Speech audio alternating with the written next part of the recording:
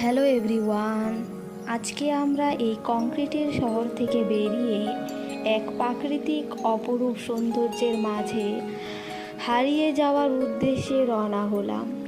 জীবনকে প্রকৃতির রং, রূপ, গন্ধে মাতিয়ে নিতে বেরিয়ে পড়লাম এক মনোরম প্রাকৃতিক পরিবেশের উদ্দেশ্যে। কারণ প্রকৃতি আমাদের শেখায় ধৈর্য, শান্তি আর সুন্দর জীবনের মর্ম।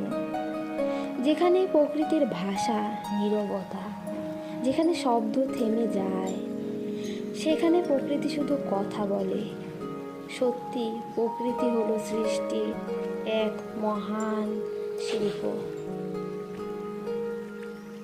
এই মনোরম পরিবেশের দৃশ্যগুলি তোমাদের সাথে ভাগ করে নিলাম।